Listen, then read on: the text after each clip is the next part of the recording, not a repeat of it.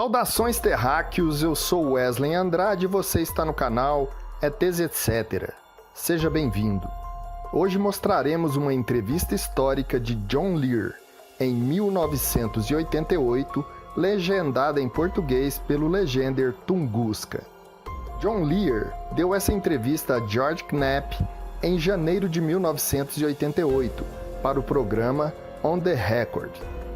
Lear é um ex-piloto condecorado e filho de William Lear, criador da empresa de aviação Learjet. Ele revelou nos anos 80 que existia um acordo entre ETs e o governo dos Estados Unidos.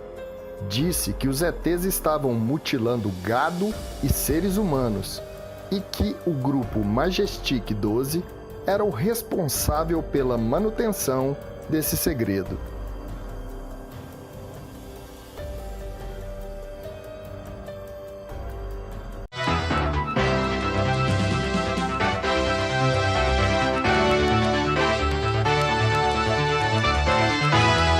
Hello and welcome to On the Record. Those of you who joined us last week were probably amazed, as I was, by some of the latest research in the field of UFOs. There is so much to talk about, however, we were unable to fit it all into one program, so my guest again this week is UFO researcher, former state Senate candidate, and award-winning pilot John Lear. Mr. Lear, nice to have you here again. Always a pleasure to be here, George.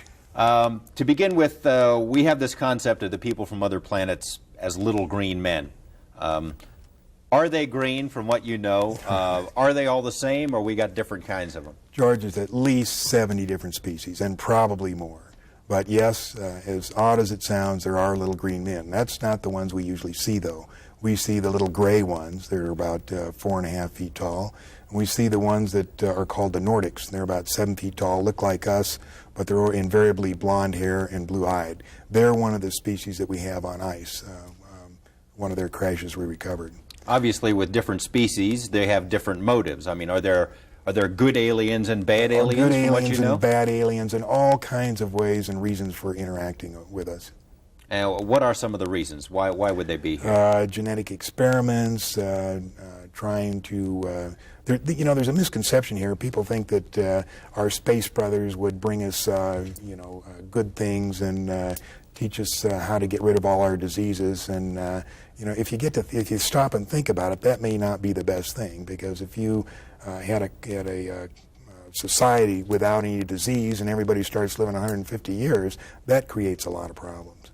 So they would not meddle in that way. You believe, in part, that the movies E.T., Close Encounters of the Third Kind, were not entirely just the creative products of some Hollywood director, that maybe there's more to that. Why don't you explain? They were carefully guided by representatives from MJ-12, who is this organization that is in charge of the cover-up, in order to get us ready for the release of the information that there are indeed aliens. And in both those movies, they used small little creatures and in order to get us ready for this release of information. So to prepare us that the idea of benevolent aliens from outer space are going to help us out. Unfortunately, they're not so benevolent. So they made probably one of the most disastrous mistakes when E.T. was put out.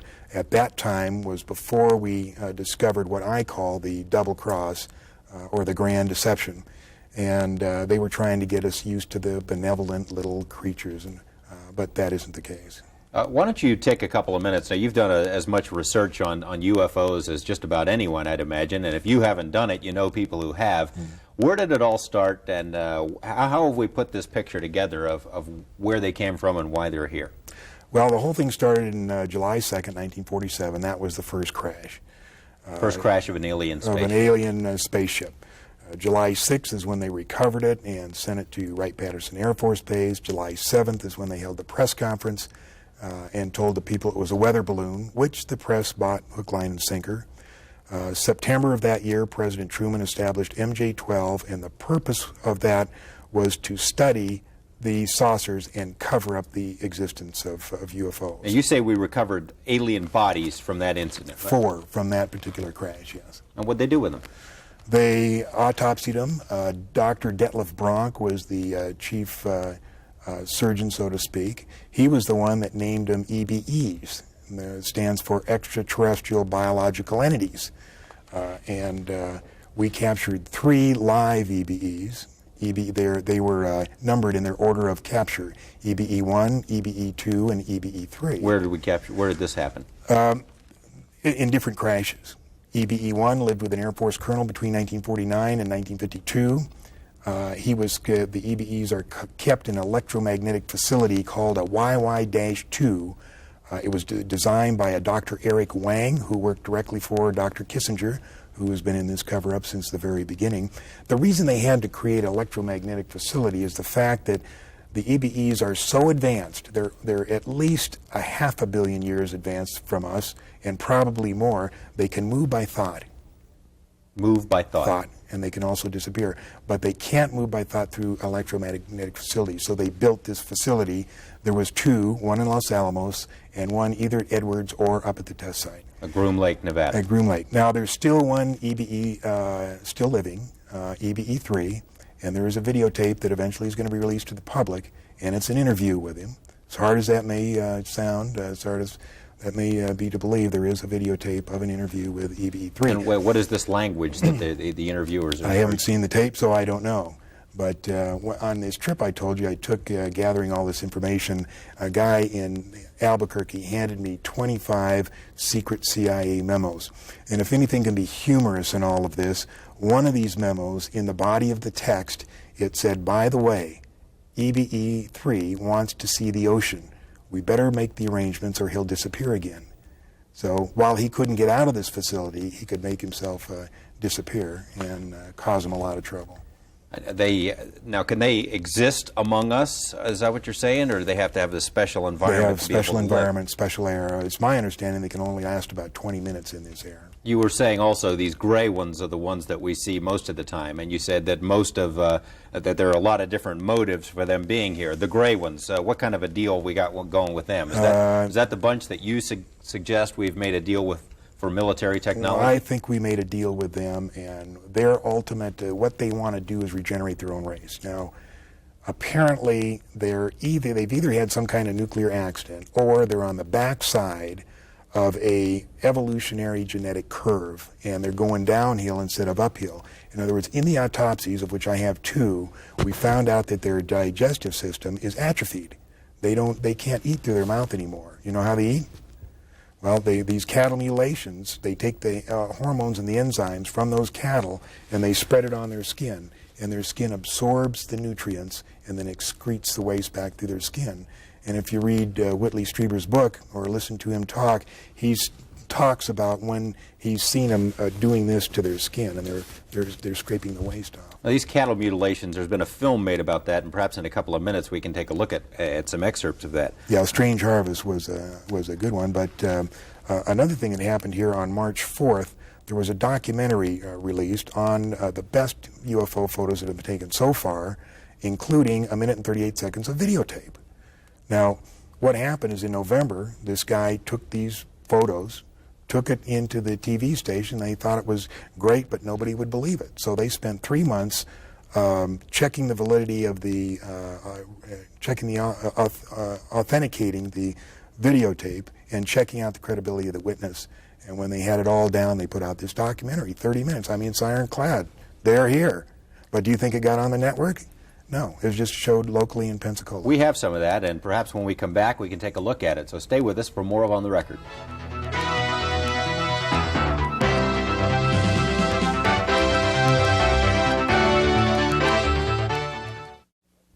Welcome back to On the Record. My guest again this week is UFO researcher John Lear. John, you say this documentary was put together in Florida recently, and it's some pretty stunning stuff. Pensacola, Florida, and they've had all kinds of physicists and scientists look at the film. It's absolutely authentic. There is nothing fraudulent about it, and it's really interesting. I just can't I can understand why the networks didn't pick it up, because each one is controlled by a member of MJ-12. That's quite a claim, but we're going to take a look at the film now and see if it's worth suppressing.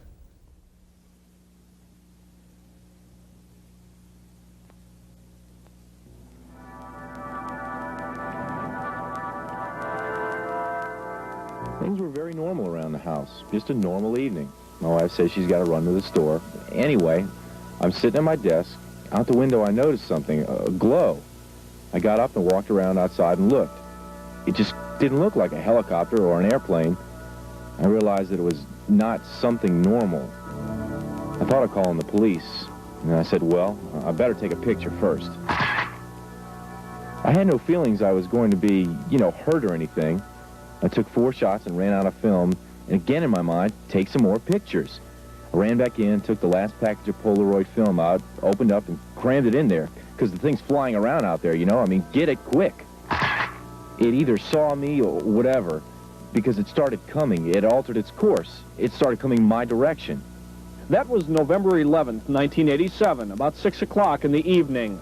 A Gulf Breeze resident who insists on remaining anonymous took these photographs. Charlie and Doris Summerby say they saw the same thing that night over East Bay. And suddenly, Dory said, look, what's that, Charlie? I'll be damned. There were portholes. We saw portholes of light coming out of the portholes. And over the next 3 months, many more pictures would be taken.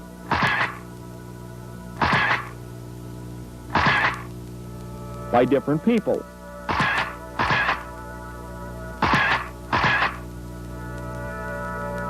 And videotapes, too.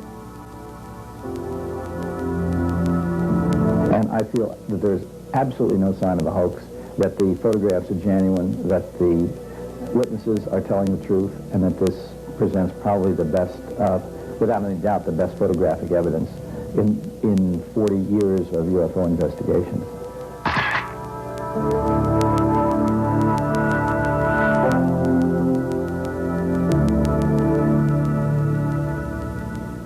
As this series goes on, we see a lot more of that videotape evidence. Yeah, there's 1 minute and 38 seconds of it, and it's pretty interesting stuff. We've never seen that before, have we? It's great. And on one morning, he goes out with his camera, and 3 of them show up, and he has a spectacular shot of 3 of them. And on one of the shots, they tip the saucer so that they can see up in the inside in the bright glowing ring of however it's powered. Take it that's not a weather balloon. The government wouldn't contend it's a weather balloon. No, that's for sure. How does the government explain this, or has anyone ever put the question to them? Nobody's put the question to them because they've still got their stock response is the Air Force quit investigating UFOs in 1969. What do you suppose that bunch wanted? They knew pictures were being taken of them. Why were they hanging around there? It's got something to do with what's going on now, and I can't even fathom what's going on. But it shouldn't be too long before we find out. A lot of stuff has happened in the interim between July 1947 and that incident we just saw. You were going to bring us up to date on I was going to tell you that a lot of Air Force pilots and planes have been, the pilots have been killed and the planes destroyed. The first one was the Thomas Mantell crash, January 7th, 1948. He was in a P-51 and he was chasing a flying saucer, ordered to chase one, and he got up to it and said, "Oh my God, it's huge," and that's the last thing they heard of him. 1948 was the second crash of a flying saucer near Aztec, New Mexico. 1950 was the third crash near Laredo, Texas, about 30 miles inside the Mexican border. 1952, we had 2 weekends in a row where the UFOs flew over the Capitol, Washington, D.C., buzzed the White House. Despite pictures and radar confirmations of the objects, the Air Force said it was a temperature inversion. Now, did this ever make the newspaper back in 52? It made all the newspapers, but it's been such a fantastic mental programming that we've been forced to forget this. It was in the papers. It was one of the most spectacular UFO events in history. 2 weekends in a row. In the newspapers, I don't know if you've gone back and looked at the newspapers from that era, but how did the newspaper people explain what it was? They told the Air Force line it was temperature inversion, but they had pictures of them. And it was just said it was temperature inversion. And what happened after that? What's next? The government established an intensive program of ridicule against anyone who said they saw flying saucers. And fear of ridicule was the foundation on which the cover-up was placed. Nobody likes to be ridiculed. And they built that fear into anybody so that nobody would talk about it. 1952, Eisenhower was elected. He was briefed by Hillenkotter. Eisenhower, being military, took steps to ensure that the secret was kept. Because of his military background, he made it more military-oriented than, say, a civilian president would have. And it's this, I think, that has let his actions let the real power of the executive office slip through the hands of the president into MJ-12. And we've got a copy of, I think, outside of that document where Eisenhower is briefed in that. He was briefed, and he set it up. And interesting thing, in late 53 or early 54, Eisenhower witnessed an alien demonstration of technology and power at Muroc Dry Lake, which is now called Edwards Air Force Base. How do you know that? How did you get that? We have witnesses who were there. Who say the president was there seeing... The president was there. There's an English guy. He passed away. He either passed away just recently, but before he did, he was the last living person who was present at that meeting. And he said that Eisenhower told the aliens that the world was not ready for him. And nothing happened until the first part of the 60s. Several more crashed in the 50s. In 1960, Kennedy was elected. Eisenhower was the last president to have a full briefing on the alien problem. There was a disdain of elected officials throughout the intelligence and military communities, and they just didn't like elected officials. So every president since then has not had high enough clearance to know the whole problem. Now they know there's aliens, they know we've recovered saucers, and they know that we're trying to get technology. But there are certain other things which probably only about 25 people on the face of this earth know. Now, on April 25th, 1964, was the first official communication between our government and the aliens. 3 saucers landed there by prearranged agreement. It was filmed by 5 high-speed cameras, 68,000 feet of film. The reason we know this is because in 1972, when they were going to release the first information about UFOs to the public, a very knowledgeable writer, his name was Robert Emenager, was asked by the agency to write a documentary, which he did. And they were going to release this thing, and we had the whole history of the UFOs, and the last part of the documentary was the footage of the saucer landing. But in 1973, when they're ready to go, we had Watergate, and they were faced with 2 problems. Number 1 is they didn't think the public could handle 2 traumatic experiences at the same time, and number 2, they thought that the public would perceive this picture of aliens and spacecraft as a ploy by Nixon to divert the attention from Watergate. So they shelved it. The documentary actually came out. It was narrated by Rod Serling, but instead of the real footage, they had drawings of these flying saucer landing, and they said, Rod Serling says, let's consider an event that could possibly happen in the future or may have already happened. But it did already happen, but what happened then? I'm jumping ahead of you here, and we can backtrack a second, but the next president after Nixon, President Carter, I remember him as a candidate saying that one of the things he'd like to do when he got into office was to get to the bottom of this UFO stuff, to look into the Project Blue Book files, and to let people know, basically to open it up and let people know if it was a hoax, it's a hoax. If there's something more to it, but he never did that. No, he said when he was during his campaign, he said, if I become president, I'll make every piece of information this country has about UFO sightings available to the public and the scientists. I'm convinced that UFOs exist because I've seen one. But MJ-12 got to him, and they explained how important it was to keep it a secret. And apparently he agreed with him because we never heard anything from Carter. Okay, what else? In between Nixon and Carter, anything? The end of the 60s when then I believe we made a deal, 1973, 1980, were cattle mutilations.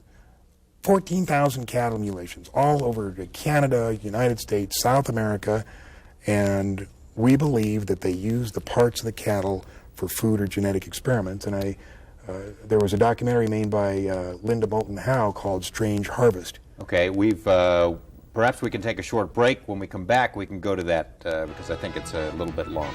We'll be right back.